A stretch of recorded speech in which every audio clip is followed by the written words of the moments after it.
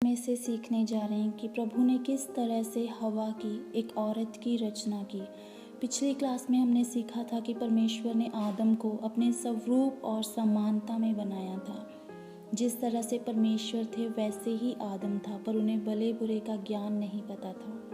उसके बाद आज हम जो सीखने जा रहे हैं कि आदम के बाद परमेश्वर ने हवा की रचना किस तरह से की। तो आइए हम ये वचन शुरू करने से पहले यहोवा परमेश्वर के आगे अपने सिरों को झुका के दुआ प्रार्थना करते हैं कि आज का पवित्र कलाम जो हम सीखने जा रहे हैं वो हमें समझ आए। प्रभु यीशु हमें बुद्धि और ज्ञान दे, समझ दे कि हम उसके इस वचन को पढ़ सुन के उसके अनुसार अपना जीवन व्यतीत करें। परमेश्वर के आगे दुआ करते हैं कि जिस घर में ये पवित्र कलाम पढ़ा सुना जाए वो घर आशीषित हो, उस घर के लोग आशीषित हों और प्रभु एक एक जन के मन की आंखों को खोल दे कि वो उसके पवित्र कलाम को गहराई से सीख सके। प्रभु यीशु मसीह जी के पवित्र सामर्थी नाम में मांगते हैं, आमीन। हाँ जी, तो हम रीड करेंगे उत्पत्ति 2 उसकी 18 से 20 आयत हम रीड करने जा रहे हैं। 18 से 20 में लिखा है, फिर यहोवा परमेश्वर ने कहा, आदम का अकेला रहना अच्छा नहीं, मैं उसके लिए एक ऐसा सहायक बनाऊंगा जो उससे मेल खाए। तो हम यहाँ पे देखते हैं कि परमेश्वर ने पृथ्वी पर सारे जानवर बना दिए, सब पक्षी बना दिए। वह जब आदम को बनाया गया तो परमेश्वर यहाँ पे कहते हैं कि आदम का अकेले रहना अच्छा नहीं, मैं उसके लिए एक ऐसा सहायक बनाऊंगा जो उससे मेल खाए। क्योंकि जितने भी जानवर पक्षी बनाए गए थे उनमें से कोई भी आदम के साथ मेल नहीं खाता था। तो यहाँ पे हम परमेश्वर के एक प्रेम को देखते हैं कि प्रभु ने यहाँ पे खुद कहा कि आदम का अकेला रहना अच्छा नहीं। इसका मतलब है कि परमेश्वर जानते हैं कि आदम को उस समय पर किस चीज़ की आवश्यकता है। और हम वचन में देखते हैं कि हमारा स्वर्गीय पिता हमारे मांगने से पहले ही जानता है कि हमें किस चीज़ की ज़रूरत है। आजकल हम इस चीज़ को देखते हैं कि लोग खुद से फैसला लेते अपनी मैरिज के डिसीजंस, अपने माता पिता के अगेंस्ट जाके वो डिसीजंस लेते हैं। पर यहाँ पे लिखा है कि परमेश्वर ने उसके लिए मेल खाने वाले एक लाइफ पार्टनर को खुद देने के लिए सोचा। तो हमें परमेश्वर की टाइमिंग पर भरोसा रखना चाहिए, क्योंकि वो जानता है कि किस समय पर हमें किस चीज़ की आवश्यकता है। आगे मैं 19 और 20 आयत रीड करने जा रही हूँ। और यहोवा परमेश्वर भूमि में से सब जाति के बनेले पशुओं और आकाश के सब भांति के पक्षियों को रच कर आदम के पास ले आया कि देखे वह उनका क्या क्या नाम रखता है। और जिस जिस जीवित प्राणी का जो जो नाम आदम ने रखा वही उसका नाम हो गया। तो यहाँ पे एक चीज़ और हमें क्लियर होती है कि सारे जानवर पक्षियों के नाम जो है वो आदम ने ही रखे हैं। और 20 आयत में लिखा है, अत आदम ने सब जाति के घरेले पशुओं और आकाश के पक्षियों और सब जाति के बनेले पशुओं के नाम रखे, परंतु आदम के लिए कोई ऐसा सहायक ना मिला जो उससे मेल खा सके। और आगे हम रीड करते हैं उत्पत्ति 2 उसकी 21 में लिखा है, तब यहोवा परमेश्वर ने आदम को भारी नींद में डाल दिया और जब वह सो गया तब उसने उसकी एक पसली निकालकर उसकी जगह मांस भर दिया। तो यहाँ पे हम 21 आयत में देखते हैं, यहाँ से आदम के साथ मेल खाने वाली उस चीज़ की जो उत्पत्ति किस तरह से हुई, जो उसके साथ मेल खाएगी। तो यहाँ पे हम देखते हैं कि आदम को परमेश्वर ने भारी नींद में डाल दिया। तो यहाँ पे जो परमेश्वर यहोवा करने जा रहे हैं वो इस पृथ्वी का पहला ऑपरेशन करने जा रहे हैं। और जो डॉक्टर हैं वो शायद इस वजह से इस चीज़ को कंटिन्यू करे कि ऑपरेशन करने से पहले आदमी को बेहोश किया जाता है, एक बारी नींद में डाल दिया जाता है। हम देखते हैं कि बाइबल में ये चीज़ क्लियर है, आदम का भी ऑपरेशन होने जा रहा है और परमेश्वर ने उसे पहले भारी नींद में डाला है और उसकी एक पसली निकालकर उसकी जगह मांस भर दिया।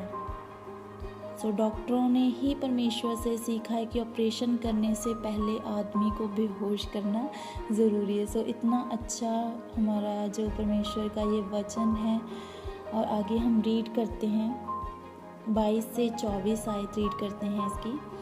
और यहोवा परमेश्वर ने उस पसली को जो उसने आदम में से निकाली थी स्त्री बना दिया और उसको आदम के पास ले आया।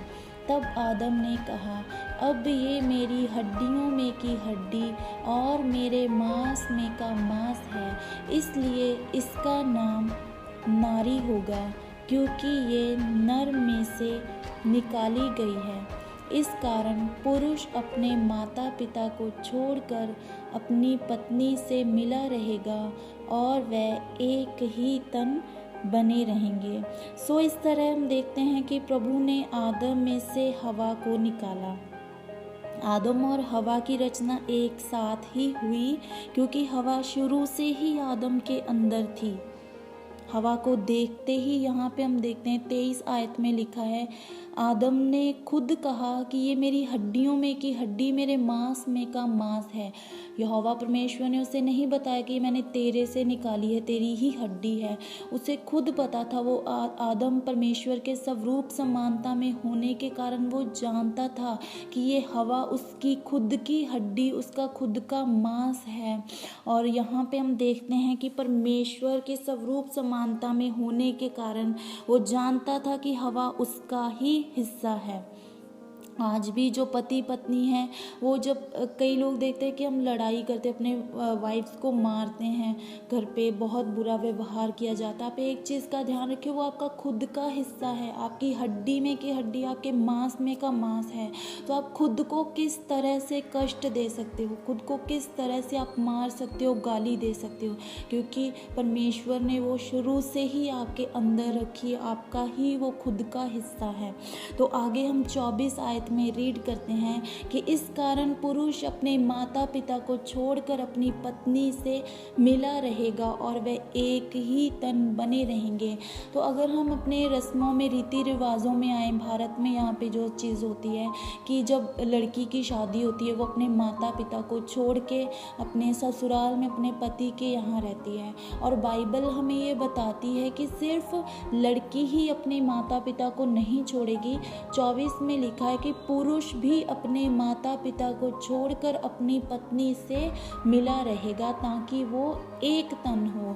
तो यहाँ पे हम एक चीज़ क्लियर देखते हैं, छोड़ने का मतलब ये नहीं कि अपने माता पिता को देखना नहीं है, उनकी ज़रूरतों को पूरा करना नहीं, उन्हें संभालना नहीं। छोड़ने का मतलब कि जब आप मैरिज आपकी हो जाती है, तो आपके लिए परमेश्वर के बाद का जो इंसान है वो आपका लाइफ पार्टनर है। एक पत्नी जिस तरह से अपने माता पिता को छोड़ के पति के घर पे आती है, उसी तरह से पति भी अपने माता पिता को छोड़कर अपनी पत्नी से मिला रहेगा। इसका मतलब कि वो अपनी पत्नी के संग होकर चलेगा और पत्नी को महत्व देगा अपनी लाइफ में, और वो एक तन बने रहेंगे। जिस तरह यहोवा परमेश्वर, हम देखते हैं कि प्रभु यीशु हमारा दूल्हा है और हम उसकी दुल्हन हैं, और दूल्हा और दुल्हन भी एक समय पर एक तन होंगे। उसी तरह से इस पृथ्वी पे उसकी एक एग्जाम्पल हमें देखने को मिलती है कि पति और पत्नी एक तन बने रहेंगे। आगे हम 25 आयत रीड करते हैं। उत्पत्ति 2:25 में लिखा है, आदम और उसकी पत्नी दोनों नंगे थे पर लज्जाते ना थे। तो आदम और हवा दोनों बिना वस्त्र के थे, पर उन्हें शर्म नहीं आती थी, क्योंकि अभी जो रचना, जिस समय की हम बात कर रहे हैं, अभी आदम के जीवन में पाप एंटर नहीं हुआ, और पाप ना होने के कारण उन्हें भले बुरे का ज्ञान भी नहीं है, ना उनके जीवन में अभी मौत आई है। और उस समय उन्होंने महिमा के वस्त्र पहने हुए थे, उन्हें भले और बुरे का पता नहीं था कि वो शर्म क्या होती है, वो नंगापन क्या होता है। सो इस चीज़ का उन्हें ज्ञान नहीं था, इस वजह से वो लज्जाते भी नहीं थे। तो हम यहाँ पे देखते हैं आदम में से जो हवा निकाली गई वो उसका खुद का हिस्सा थी। और आगे हम मरकुस में रीड करेंगे, मरकुस 10 उसकी 6 से 9 में रीड करेंगे। आप सब भी इसको ओपन करें और मेरे साथ रीड कर सकते हैं। मरकुस अंजील उसकी 10 अध्याय में उसके 6 से 9 आयत में लिखा है, पर सृष्टि के आरंभ से परमेश्वर ने नर और नारी करके उनको बनाया। जो हमने उत्पत्ति में देखा, ये सृष्टि का आरंभ है। हम देख रहे हैं कि किस तरह से आदम की रचना हुई, फिर उसमें से हवा निकाली गई, और यहाँ पे लिखा है कि उस सृष्टि के आरंभ से परमेश्वर ने नर और नारी करके उनको बनाया। साथ में लिखा है, इस कारण मनुष्य अपने माता पिता से अलग होकर अपनी पत्नी के साथ रहेगा और वह दोनों एक तन होंगे। इसलिए वह अब 2 नहीं पर एक तन है। तो ये चीज़ का ध्यान रखें कि परमेश्वर ने आपको एक कर दिया है। जब आपकी मैरिज हो जाती है, आप एक तन हो गए हो। अभी आप अलग अलग नहीं हो, आप एक हो, और आपके विचार एक दूसरे से मिलने चाहिए। आप एक दूसरे को साथ लेकर हर डिसीज़न में चलें, साथ में दुआ प्रार्थना करें, साथ में बाइबल पढ़ें, और एक दूसरे की जो केयर है वो उसी तरह से करें जिस तरह परमेश्वर प्रभु यीशु मसीह अपनी कलीसिया की परवाह करते हैं। 9 आयत में लिखा है, इसलिए जिसे परमेश्वर ने जोड़ा है उसे मनुष्य अलग ना करे। तो ये आदम और हवा को शुरू से जिस तरह परमेश्वर ने जोड़ा, आदम के साथ मेल खाता हुआ एक जन नारी को बना दिया, जो उसकी हड्डी में की हड्डी, उसके मांस में का मांस है। वो परमेश्वर इस वचन में कहते हैं कि जिसे मैंने जोड़ा है उसे कोई इंसान अलग ना करे। तो एक पति पत्नी के रिश्ते में कोई दूसरा इंसान उनके रिश्ते में कोई चीज़ को अलग टाइम में लेकर ना आए, क्योंकि वो अभी परमेश्वर की तरफ से जोड़े जा चुके हैं और वो एक तन है। और इसी तरह प्रेम में बने रहें, और परमेश्वर ही प्रेम है और प्रेम ही परमेश्वर है। सबको जय मसीह की। God bless you all.